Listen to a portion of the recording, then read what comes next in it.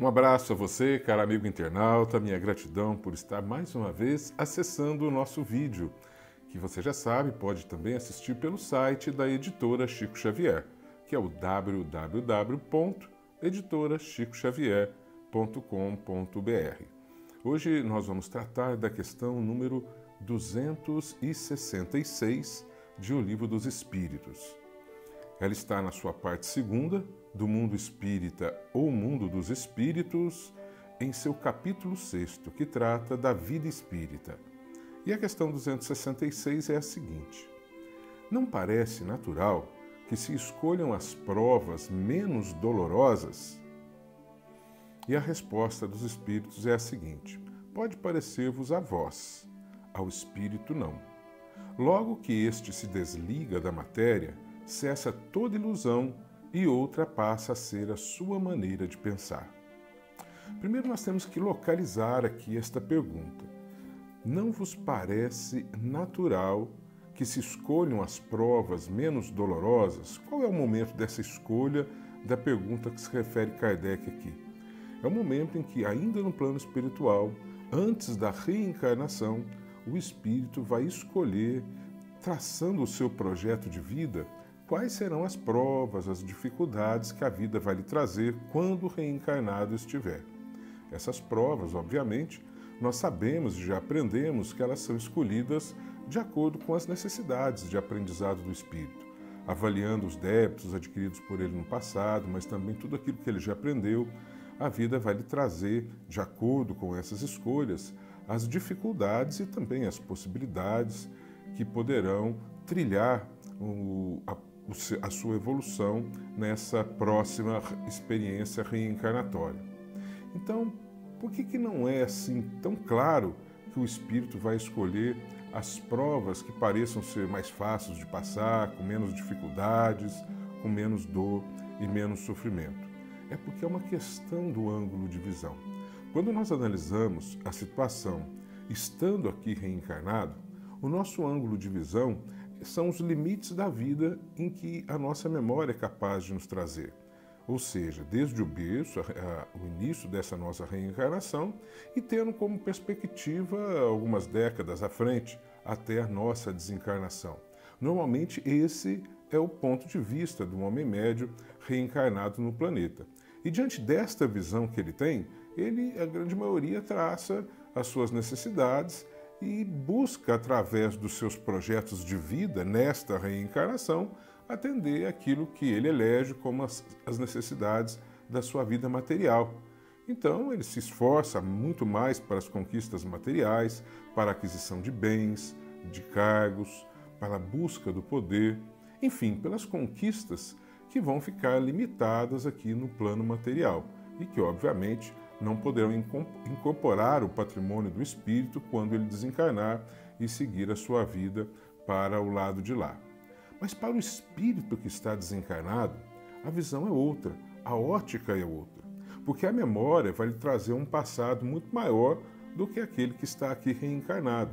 Óbvio que a gente não se recorda de todo o passado do espírito, mas principalmente quando a gente está traçando um projeto de vida, a gente vai se recordar, ou naturalmente, ou por indução, nós vamos nos recordar das dificuldades, dos equívocos do passado que nós temos que superar. O que nós temos que aprender para não tornar mais aqueles erros do passado? E então, as provas, as dificuldades que nós vamos passar, elas se transformarão em lições da lei divina para nos ensinar aquilo que nós não aprendemos antes e nos fez cair em erro. Então a vista do espírito para o seu passado é essa. E ele vai aproveitar para dar um impulso na sua evolução aquilo que ele já aprendeu, projetando aqui na vida possibilidades dentro das demais diversas áreas da vida, de acordo com aquilo que ele já aprendeu, onde ele vai encontrar facilidades para agir, para traçar uma conduta de acordo com a ética e com o aprendizado, onde melhor ele poderá colaborar dentro desta ou daquela profissão, qual vai ser a família onde ele vai ter débitos a resgatar, ou a família que poderá lhe trazer alguns ensinamentos, um suporte que lhe dará o impulso na sua evolução nessa reencarnação. tudo isso é considerado, porque o espírito ele tem como visão futura não apenas as décadas que estará aqui reencarnado, mas toda a eternidade. Quem de nós que, estando reencarnado aqui no planeta, não elegeríamos um dia de extensa dor, muito sofrimento, se soubéssemos que, a partir da dor deste dia, a gente poderia então buscar a felicidade plena para o restante de nossa existência, que toda dor seria vivida só ali naquele dia. Então, ao espírito, é óbvio que ele não busca esta felicidade plena, mas ele busca resgatar a maior parte dos débitos que fez, e os débitos, eles são oriundos do erro, e o erro é oriundo da ignorância. Por isso, as dificuldades que programamos para que a vida nos traça são lições da lei divina para o nosso aprendizado. E aí é que busca o caminho da felicidade do espírito, é aprender, crescer e evoluir. Sobre essa questão, Allan Kardec traça alguns comentários longos, mas, como estamos registrando aqui, o Livro dos Espíritos nos faz necessário trazer esse comentário de Allan Kardec. Allan Kardec diz assim: sob a influência das ideias carnais, o homem na terra só vê das provas o lado penoso. Tal a razão de lhe parecer natural sejam escolhidas as que, do seu ponto de vista, podem coexistir com os gozos materiais. Na vida espiritual, porém, compara esses gozos fugazes e grosseiros com a inalterável felicidade que lhe é dado entrever, e desde logo nenhuma impressão mais lhe causam os passageiros sofrimentos terrenos. Assim, pois, o espírito pode escolher prova muito rude e, conseguintemente, uma angustiada existência, na esperança de alcançar depressa um estado melhor, como o doente escolhe muitas vezes o remédio mais desagradável para se curar de pronto. Aquele que intenta ligar seu nome à descoberta de um país desconhecido não procura trilhar estrada florida, conhece os perigos a que se arrisca, mas também sabe que o espera a glória, se lograr bom êxito. Aqui é importante a gente fazer um comentário sobre a passagem que Kardec nos traz. Esse se lograr bom êxito é muito interessante. Não adianta também o espírito programar para ele uma vida de acerbos sofrimentos se ele não tiver condições nem consciência necessária para passar por aqueles sofrimentos com fé, com paciência e com amor. Porque Jesus já nos ensinou que o único caminho da evolução do ser é o caminho do amor. A dor, o sofrimento, a dificuldade que a vida nos traz são lições da lei divina para nos ensinar a amar. Por isso, nem sempre os espíritos que sofrem mais serão aqueles que vão evoluir mais. Eles escolhem a possibilidade para que, vivenciando bem por aquela dificuldade que a vida lhes traz, ele aprenda mais e aí sim consiga evoluir mais. Mas a evolução, de fato, ela se dá pelo caminho do amor. Por isso, não são sempre necessárias tantas angústias, tantas dores, porque muitas vezes o espírito não será capaz de suportar e ele vai entrar num clima de revolta, de descrença, de perda de fé, e isso, obviamente, vai lhe trazer maiores dificuldades na sua evolução. Daí a necessidade que André Luiz nos mostra de, quando estamos no mundo espiritual, sermos orientados por aqueles mentores especializados na matéria que vão nos saber dar a exata medida do programa de vida, as dificuldades necessárias ao nosso aprendizado, mas na medida em que nós podemos suportá-las com proveito. Não adianta ir além também, é um passo de cada vez no caminho evolutivo. É como se nós fôssemos dar lições de engenharia, lá da faculdade de engenharia, para um aluno que está iniciando agora o aprendizado das primeiras letras no ensino fundamental.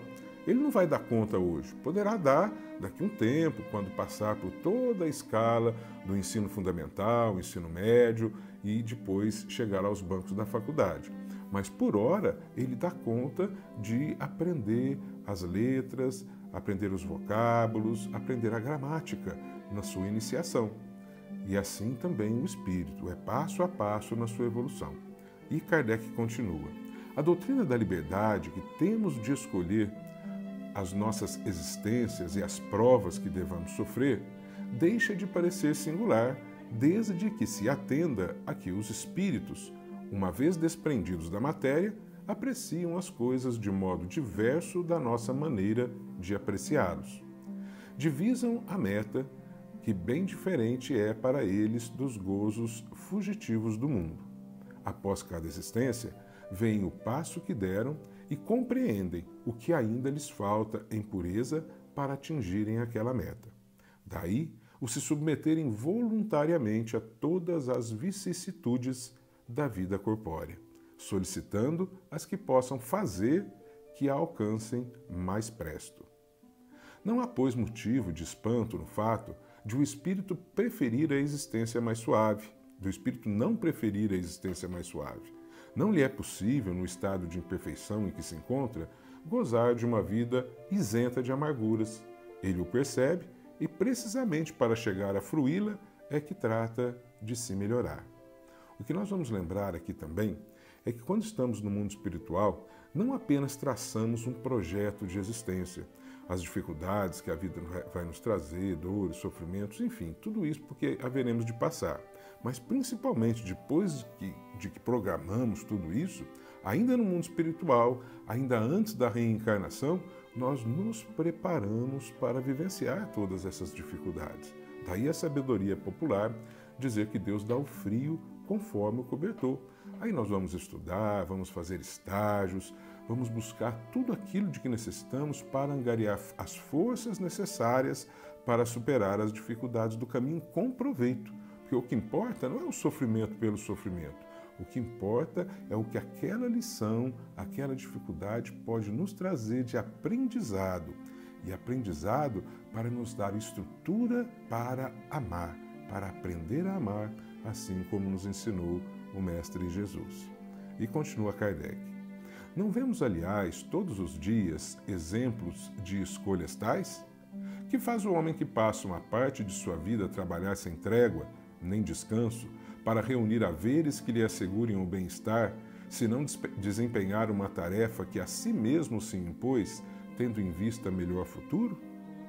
O militar que se oferece para uma perigosa missão, o navegante que afronta não menores perigos por amor da ciência ou no seu próprio interesse, que fazem também eles, se não sujeitar-se a provas voluntárias de que lhes advirão honras e proveito, se não sucumbirem? A que não se submete ou expõe um homem pelo seu interesse e pela sua glória? E os concursos não são também todos provas voluntárias a que os concorrentes se sujeitam, com o fito de avançarem na carreira que escolheram? Ninguém galga qualquer posição nas ciências, nas artes, na indústria, senão passando pela série das posições inferiores, que são outras tantas provas. A vida humana é, pois, cópia da vida espiritual. Nela se nos deparam em ponto pequeno todas as peripécias da outra.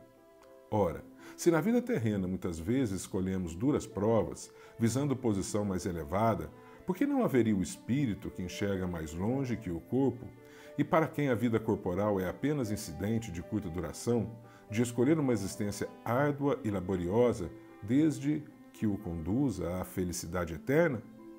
Os que dizem que pedirão para ser príncipes ou milionários, uma vez que a um homem é que caiba escolher a sua existência, se assemelham aos míopes, que apenas veem aquilo em que tocam, ou a meninos gulosos, que a quem os interroga sobre isso respondem que desejam ser pasteleiros ou doceiros.